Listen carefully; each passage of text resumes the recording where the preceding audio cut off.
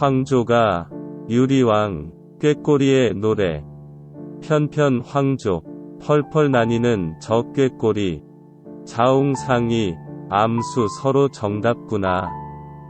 염아지도 나의 외로움을 생각하니 숙이어 귀 그 누구와 함께 돌아가리.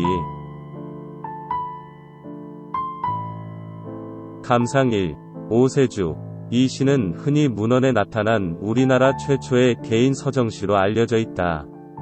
삼국사기에 의하면 이 시는 고려 유리왕 3년, 즉 기원전 17년에 노래된 것으로 기록되었다. 아울러 아래와 같은 유래가 전한다. 유리왕은 왕비 송씨가 죽자 고구려 여자 화위와 중국 여자 치이라는 두 여인을 맞았는데 이들은 늘 서로 다투었다. 어느 날 왕이 기산으로 사냥을 나가 궁궐을 비운 틈에 화이가 치이를 모욕하여 치이가 한나라로 달아나 버렸다.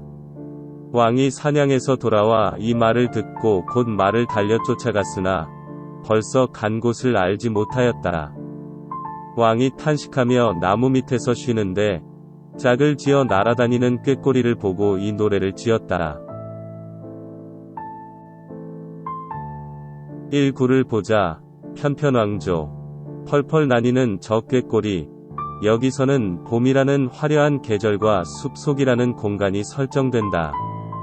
이는 황조라는 단어 하나에 의하여 가능해진 것이다. 그리고 꾀꼬리가 날개를 펄럭이며 활발하게 날고 있는 광경을 묘사함으로써 평화롭고 정감나는 분위기를 조성하고 있다. 봄의 날씨란 덥지도 춥지도 않을 뿐 아니라 그 밝은 햇빛과 삽상한 바람과 실록은 모든 살아있는 생명들이 활력을 느끼는 계절이다.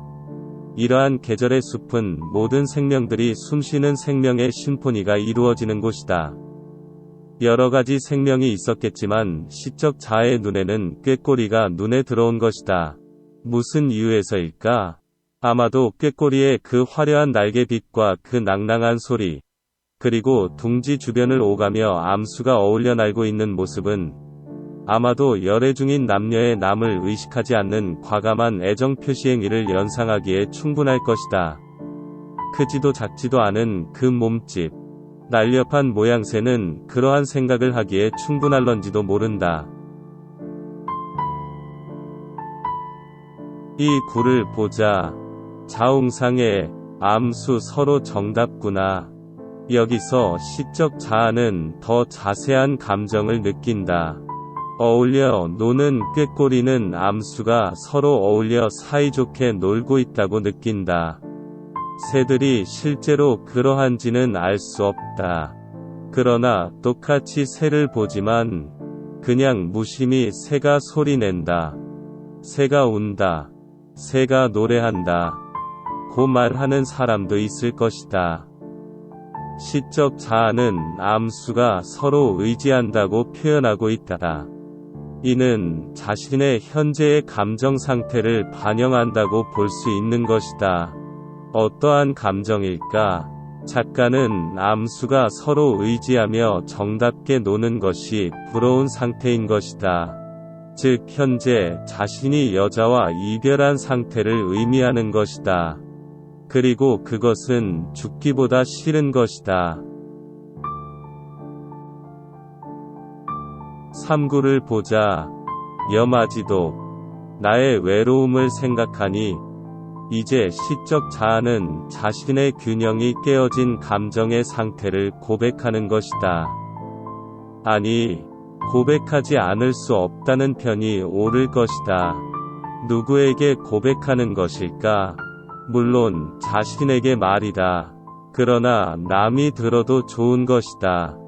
이렇게 하지 않고는 견딜 수 없는 상태에 있는 것이다. 그래서 그는 나의 외로움을 생각한다. 고 표현하고 있다. 저 꾀꼬리들이 나의 외로움을 자극한다고 스스럼없이 고백하고 있는 것이다. 그는 외롭고 괴로운 상태에 빠져 있는 것이다. 4구를 보자. 수기여기 그 누구와 함께 돌아가리. 이제 그는 여기서 절망적이지만 자신의 속내를 솔직히 하고 있다. 그는 나는 도대체 누구와 함께 돌아가야 하는가? 라고 반문하고 있다. 부끄러움도 전혀 없이 말이다. 더구나 그가 한 나라의 근엄한 왕인데도 말이다. 그는 자신을 떠나버린 여인인 치이가 지금 현재로서는 어느 누구도 대신할 수 없는 자신의 상대임을 나타내고 있다. 이 세상에서 치이 말고 어느 누가 나의 마음을 채울 수 있겠느냐고 말함으로써 그러한 사람은 아무도 없다고 말하고 있는 것이다. 결국 여기서 시적 자아의 속내가 드러나고 만 것이다. 그가 비록 왕이지만 한 여인의 마음을 자신이 어떻게 할 수가 없는 것을 보여준다. 이러한 사실을 두고 혹자는 왕의 절대적 권위에서 생기는 신화적 순고미가 무너졌다는 해석을 하고 있다. 이는 또 당시 사회가 임금의 절제적인 신화적 권위가 무너진 사회 모습을 보여준다고 말한다. 물론 이 말도 맞는 말이다. 이 말은 결국 왕도 하나의 인간이며 인간적 감정에 좌우될 수밖에 없는 존재라는 사실을 말한다. 따라서 이 시는 왕의 자리에 앉은 절대권위자로서의 왕이 아니라 한 여자 앞에 약할 수 있는 한 평범한 남자로서의 유리왕의 내면을 드러낸 순수한 서정시로 생각된다. 이 시는 사랑하는 여인과 헤어진 한 남자가 사랑을 다시 찾고 싶어하는 간절한 소망을 표현한 우리 문헌에 나타난 최초의 한문 서정시로 생각된다.